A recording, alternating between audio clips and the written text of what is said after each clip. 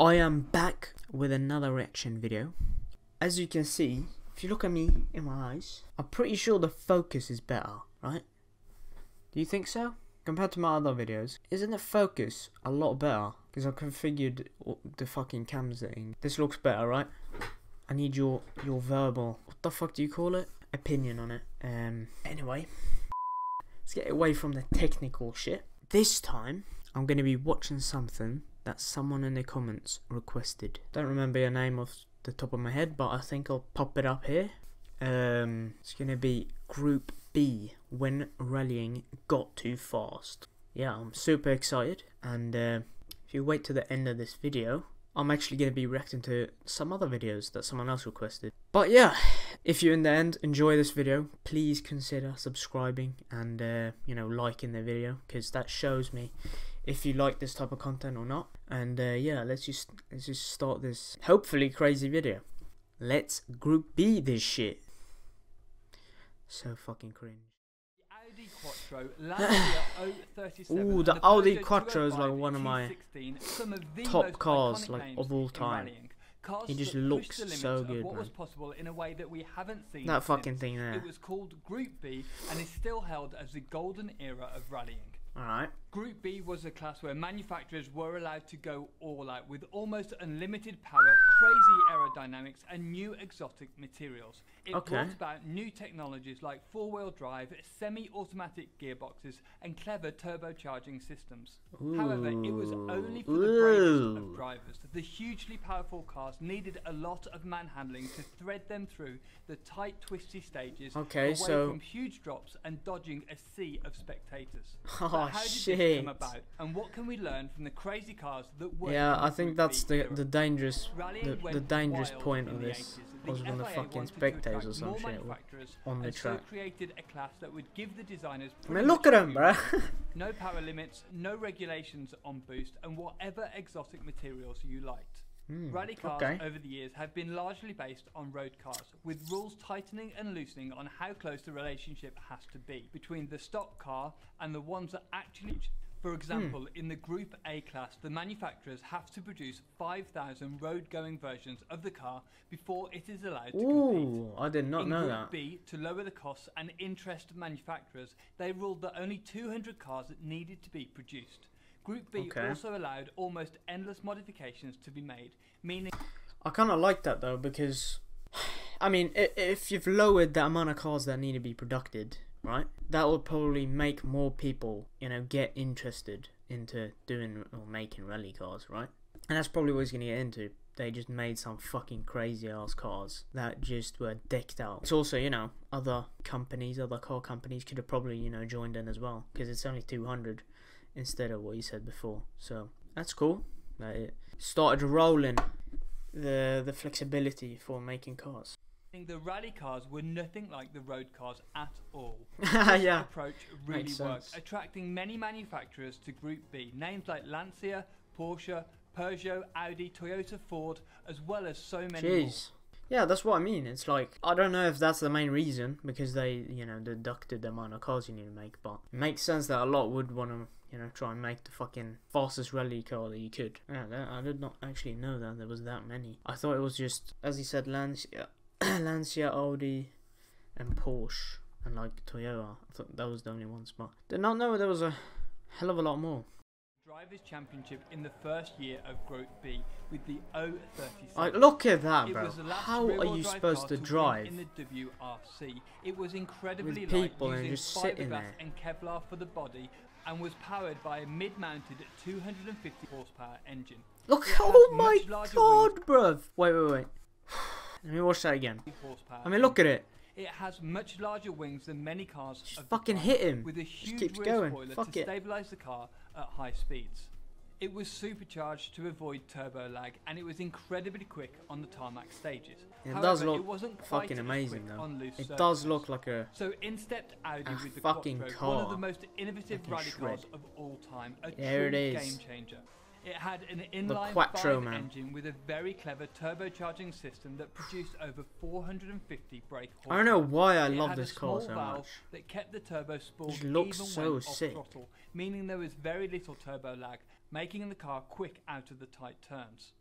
The Audi also had a very aggressive aero kit with a huge spoiler at the front of the car and an even bigger wing on the back. This was one of the first sophisticated uses of aerodynamics in rallying. Shit. Drivers said it made the car extremely stable at high speed. That's good. The insane power That's was maybe put why through it's so a clever iconic. semi-automatic gearbox and drove all four Because wheels. It was the first car to use a four-wheel drive system effectively. Before this, many manufacturers stuck to rear-wheel drive as they thought the additional weight would outweigh any time gains from the extra traction. And yes, the Audi was very heavy, and the four-wheel drive system meant the weight was higher up than you would like in a rally car normally. But it looks fucking powerful though, so it's like it worked. weight and power. Audi had more power than the rest of the field, but could also use it more balances effectively, deploying more power even on surfaces like gravel, dirt, and ice. Audi won its first race with the car and didn't really stop after that. They shaved seconds, if not minutes, off stage time. Damn! Minutes! I mean, talk about a game changer. Fucking hell. The Audi dominance didn't last long. Peugeot came out with a car that would expose the weaknesses of the Quattro. They used a similar four-wheel drive system but packaged it very differently. Their secret was that they really look at nailed these spectators, the car's dynamics. They built the car to look like the road-going 205, a small hatchback. It had a very short wheelbase, which generally makes cars more nimble at low speeds with the trade-off of less stability at high speeds. However, rally stages are often so tight and twisty that this strategy paid off for Peugeot. They also did everything they could to keep the weight central. They fitted a 1.8 litre engine in the middle of the car, although it didn't have the clever anti-lag system that the Audi did. So the drivers used an old trick to keep the turbo spooled up. They left foot braked for the corners while staying on the throttle. This kept the turbo spooled up and gave them immediate power on the exit. But what was really unusual about the 205 was the orientation they mounted the engine in. Normally, race cars have longitudinal mounted engines with the crank parallel with the direction of the car. However, Peugeot fitted it in a transverse orientation, and instead of mounting the gearbox below the engine like in the Audi, Peugeot mounted it to the side. This meant that the majority of the weight in the car was between the two axles and could be mounted lower, making the car much more nimble and responsive in the corners. That makes sense. Low centre of gravity means the car doesn't roll too much, and if it's in the centre of the chassis, the car is easier to rotate in the corners. The 205's weight distribution wasn't 50-50 though, it placed around 60% of the weight on the rear wheels. In simple terms, rearward weight distribution promotes oversteer and frontward weight distribution creates more understeer. This rearward bias meant the car was easier to turn in and control through the turns. You can really see this if you watch the Audi through the corners. The Audi was very front heavy and produced a lot of understeer. The drivers are trying to neutralise this with the throttle, but they have to correct the car several times through the corner. The Quattro understeers, then oversteers, then understeers again through a turn. The drivers really have to wrestle it through the corner. But you know what? I don't know why, but there's something like when it comes to rallying or like any sport, I think they should make the cars challenging to like work with. I don't think they should make cars. Alright, I'm not a fucking professional driver here, but in my opinion, they should make cars like this, where it's like you have to wrestle the fucking car, because then it mainly shows who the better driver is. Like if you've got a car, right? That car, if used properly, can be the most effective on the track. If it's used wrong, then it's fucking shit. Then that would make it a lot more interesting to see, can the fucking driver get a hold of it and drive the car as it's supposed to drive. That's why I think like cars like this, where it's like you're struggling to drive. This is how rallying should be. Like you're supposed to wrestle the fucking car. It's not supposed to be easy to drive, right? So it's like for me, you know, like more modern cars where it's just like you've just got raw power. Maybe you've got no understeer, no oversteer. It's just perfection, stuff like that. It's like it's too much to do with the car to get a good time. You know, you want the driver to be the spotlight. You don't want the car to be the spotlight. But that's just my opinion. At the Peugeot, there is one smooth input on the steering and the car looks much more balanced and easy to drive. There is no wonder it was quicker. It's incredible to watch as these drivers control the car when at crazy speeds on tight and twisty rally stages.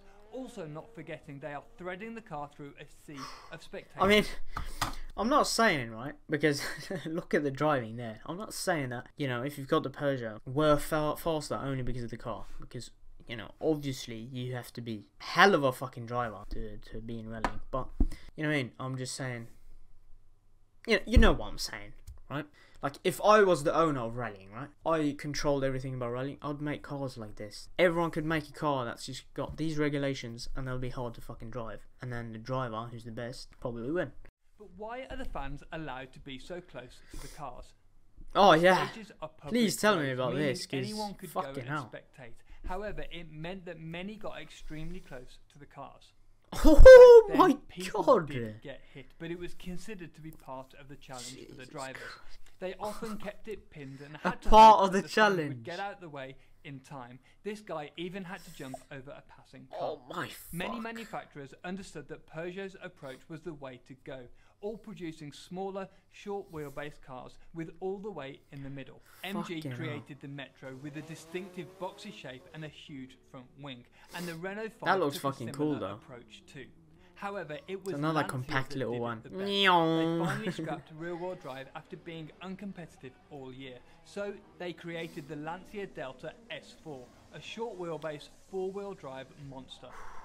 Firstly, they developed an engine with a genius twin charging system. They fitted a supercharger to avoid the lag of a turbo, a bit like the Lancia 037. Alright. However, this created less power at high revs. As a supercharger is directly driven by the engine, it can provide boost at low revs, but saps more and more power as the revs climb. So what Lancia did was fit an additional turbocharger that would provide boost at high revs. Jesus. So low-end boost was provided by the supercharger before cutting So they've out got and two letting the turbo superchargers take in the over car. at higher revs. Dual supercharger. This meant the Delta S4 was amazingly powerful and had the grip to put it down onto the stage. That is It nuts. took many wins before eventually bringing the Group B era to a close. This era of rallying was amazing to watch. Incredibly fast cars and look at amazing this, bro. drivers all pushing to the limit of what's possible. There were different winners every year and cars that looked remarkably different with incredible engineering. I like that. However, you Different can't winners every ignore year. the fact that it was extremely Oh my dangerous. god, The look cars at were that. Hang on. Let me just... Let me just watch that again. Look at this. Right here, okay? Take this as an example. If the car that he's in here just oversteers a tiny bit, just flies into the people to the left, I mean, that's like 5 people dead. Or like major fucking injuries, like broken back or whatever. How did people, like, I don't know what went through their head, because it's like, is it worth it? Like, you're close to the car, and obviously it's like, it'd probably be a fucking crazy feeling, seeing a car just fly past you within a meter of you. But you've got to think about the worst case scenarios sometimes. Like, if he just oversteers, he gets a puncture. If he just loses control, if any of this shit happens, you know, you're fucking dead. Especially this guy here, that's just standing like on the road. I could never, man. Too powerful, difficult to drive, and not enough emphasis was put on the Oh safety of drivers my and lord. spectators. The biggest issue was the minimum weight rule. Cars could weigh as little as 890 kilograms. So to be competitive, manufacturers would do anything they 890, could that's to fuck get all. this limit down. This created a breed of cars that were very fragile and not up to the job of Oh my protecting god, drivers that is in a broken. crash. Many of the drivers explained that if this weight limit was higher, more strengthening could have been added. Bro, how are you driving that? Crash. Several huge crashes happened. In Portugal, Christ. Santos crested a rise in his Ford RS200. He lost control and went off the course, horrifically injuring 31 spectators and killing 3. All the teams 31 immediately injured. pulled out of the rally, and it left Group B hanging on by a thread. Oh my A fuck, few months bro. later, the final blow came. See, but what I don't get is, why would there have to be something like this happening for them to realise it's fucking dangerous? You've got a car that weighs almost a ton, flying past people at 100 kilometers an hour, whatever the fuck it may be. It's just a box of metal, people, bones, like, you know what I mean, your bones aren't really gonna withstand that. So I don't know why they couldn't do the calculations, like make it a bit stricter that people can't stand on the fucking road. I don't know, man. Just it's crazy how when these things happen, that's when they realise, oh, maybe it's not that good that we do this. Yeah. Henri Toivonen was the championship favourite when he lost control late in a fast turn. He was winning by a huge margin when he and his co-driver Sergio Cresto came flying off the road, heading down a steep hill. The impact ruptured the fuel tank, spilling fuel over the red-hot turbocharger, sending the car up in flames. After the incident, it was barely recognisable as a car, and both Henri and Sergio were killed in the crash. Jeez. This led to many manufacturers pulling out, and the FIA... Oh my god, there's not even a fucking a railing fence around that. So they just fucking flew off it. Oh my god. Group B class the following year. You should watch this video where I explain what it takes to modify... Whew. Jesus Christ. I mean, that was a way to end the video, but, you know, it's what happens when safety isn't really taken into account that much. That is nuts. Just blowing up into a fireball. I can't imagine that. I mean, it's just, if I compare to the videos I've watched before, like the WRC, it's like, I mean, the ones I've watched, you know, there's been some fucking crashes, alright, and some spectators, you know, jumping over cars as well, but this, I don't know, just felt like more balls to the wall, just YOLO, let's just fucking do it. Put a fucking turbocharger on the car and let's go. You know what I mean? That's kind of like the gist I got from this. But enough of this. I'm gonna be watching a video, or two actually, requested from another guy in the comments. So I'm gonna just watch this. If you've got requests, whatever, I'll watch whatever you say. Just don't have things that are just, you know, fucking stupid. But anyway, I'm gonna watch this video.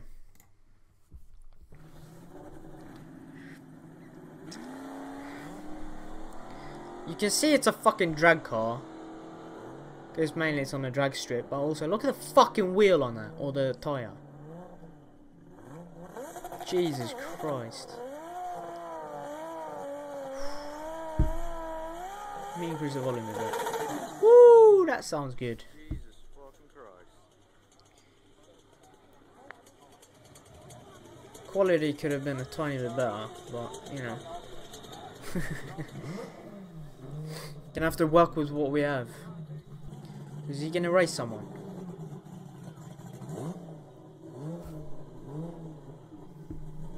I wonder. Is he gonna race someone or what? Or is this just a test run? Here we go, baby. The light turns green. It's time to fucking fly. I wonder how much horsepower this has. Woo! Oh. Here we go.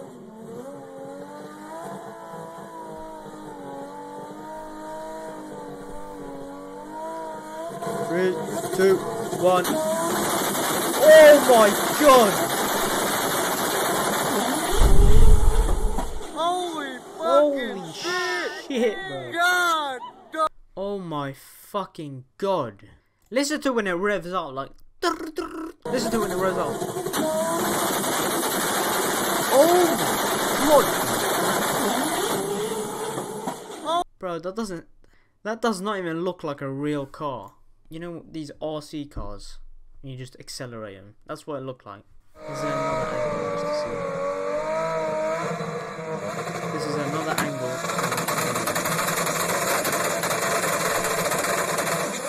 Oh my god. Now she almost did a fucking wheelie, man. Whew. Supers are no joke though. I can't lie, man. They are not a joke. Jesus Christ. I mean, how do you make a car like that fast? It's like a rocket ship. Like, it's not even a car, to be honest. Strap some wings on it and it'll fucking fly. Become a fucking EasyJet. Strap on the EasyJet fucking logo on. Whoop. You've got an aircraft. But yeah, that was an interesting video. Thanks for requesting those two. That was a nice little way to end this video. Hope you enjoyed this video. If you did, as always, subscribe to the channel. As well as that, check out my gaming channel as well. I would appreciate that. Trying to upload some more videos on there if you want to check that out. But yeah, hope you enjoyed this, and I'll see you in the next one.